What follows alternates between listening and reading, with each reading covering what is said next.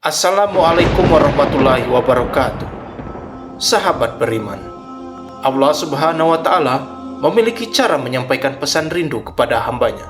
Ketika perasaan itu tiba, terkadang hamba yang merasakannya tak akan sadar atau hanya akan cuek saja. Padahal Allah akan mengirimkan sebuah hadiah melalui malaikat Jibril yang tak terduga, namun menyimpan banyak hikmah. Seajaib apakah hadiah tersebut? Dan adakah tanda lain yang dikirimkan Allah kepada kita? Tonton video ini hingga akhir agar tidak sesat. Namun sebelum lanjut, jangan lupa untuk menekan tombol subscribe, like, dan share, dan mengaktifkan lonceng notifikasi agar dapat mendukung channel ini untuk menyiarkan syiar Islam. Ketika masalah menghampiri kita, terkadang perasaan suudzon tidak bisa dihindari. Marah dengan takdir yang tak berpihak kepada kita, kesal karena apa yang kita dapatkan tidak sesuai dengan rencana yang telah kita susun dengan matang. Hingga akhirnya kita mulai mengutuk diri sendiri dan menganggap bahwa Allah lah yang menjadi penanggung jawab setiap kesulitan atau masalah yang kita hadapi. Kita lalu mempertanyakan bagaimana amalan kita selama ini, sehingga doa-doa yang dipanjatkan belum juga terkabul, atau bisa jadi melupakan Allah secara perlahan karena menganggap segala mimpi kita tak pernah sekalipun dilirik oleh Allah Subhanahu wa Ta'ala. Padahal, ujian, masalah, kegagalan adalah bentuk cinta Allah kepada seorang hamba. Hal tersebut menandakan jika Allah sedang rindu dengan hambanya. Pergilah kepada hambaku, lalu timpakan ujian kepadanya, karena aku ingin mendengar rintihannya. Hadis riwayat Tabrani.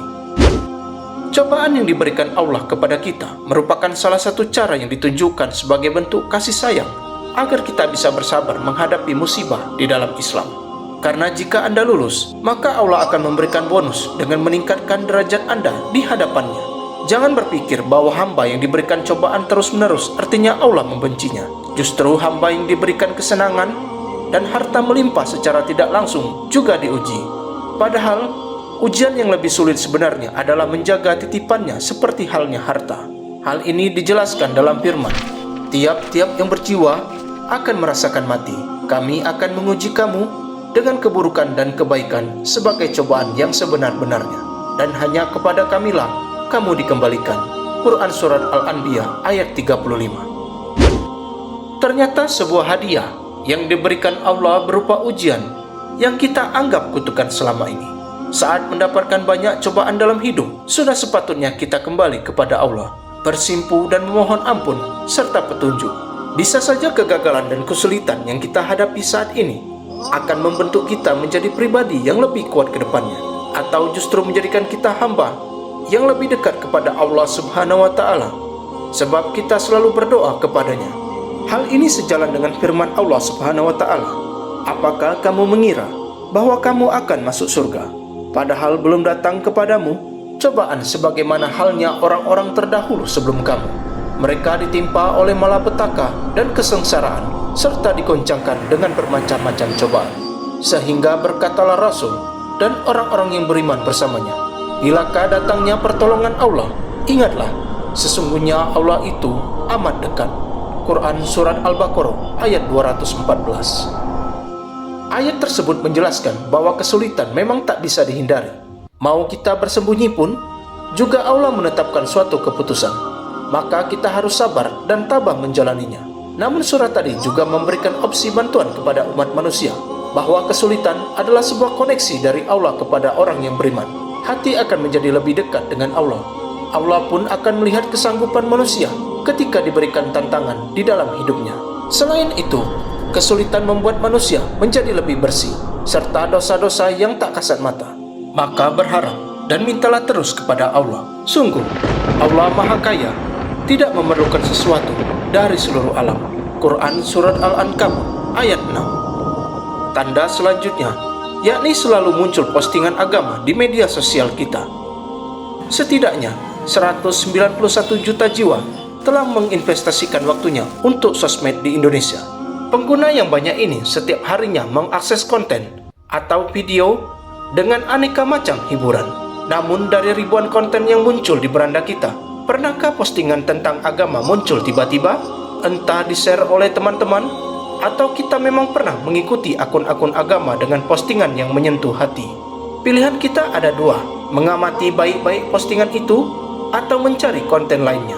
Jika Anda memiliki opsi kedua, tentu semua ini kerugian. Karena Allah Subhanahu wa Ta'ala sebenarnya sedang hadir di tengah-tengah konten yang kita konsumsi. Allah sedang rindu dengan hambanya, namun terkadang malah kita sepelekan. Apakah kita pernah merasakan gelisah karena ternyata belum sholat? Di dalam Islam ada 3 tingkatan keimanan. Yang pertama, amanu, yakni iman yang standar atau biasa saja. Yang kedua, yu'minun, ketika imannya sudah naik level dan lebih rajin dari biasanya. Yang ketiga, ketika hatinya selalu tenang dan gembira. Allah pun juga akan mendekatkan hati kita kepadanya. Jadi ketika sebuah amalan yang wajib kita tinggalkan, maka rasa gelisah biasanya akan dirasakan oleh hambanya yang bertakwa. Sebagaimana yang dijelaskan dalam sebuah hadis, Zaid bin Hubab al-Ansari mengatakan, "Aku bertanya kepada Nabi mengenai kebaikan dan dosa.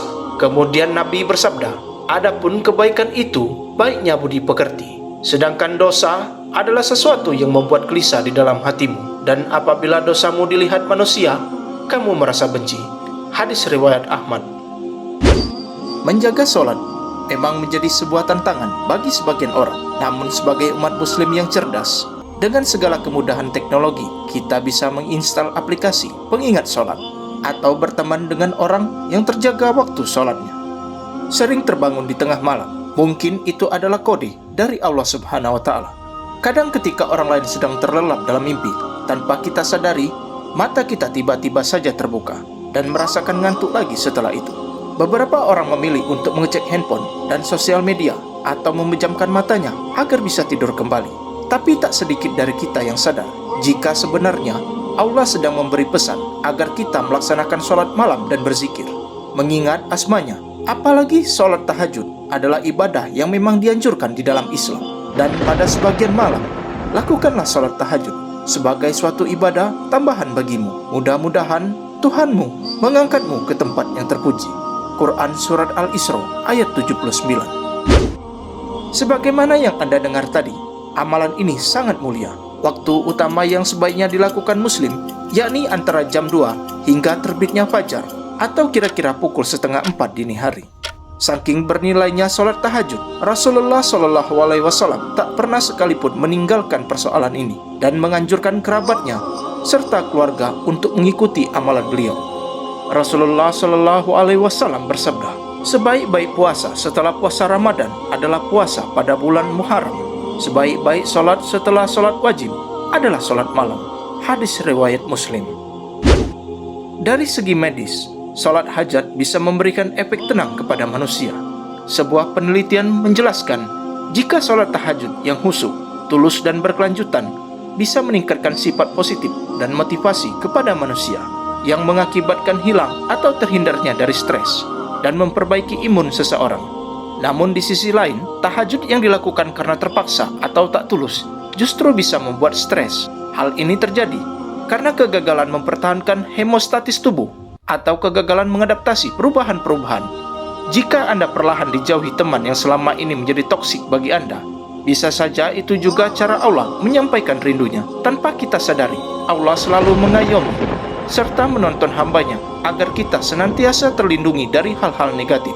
Contohnya, dijauhkan dari teman atau orang yang justru menarik kita kepada lubang maksiat dan perlahan melupakan Allah Subhanahu wa Ta'ala.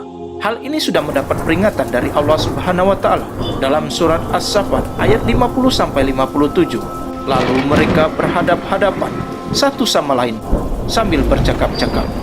Berkatalah salah seorang di antara mereka, sesungguhnya dahulu di dunia aku pernah mempunyai seorang teman yang berkata, apakah sesungguhnya kamu termasuk orang-orang yang membenarkan hari kebangkitan?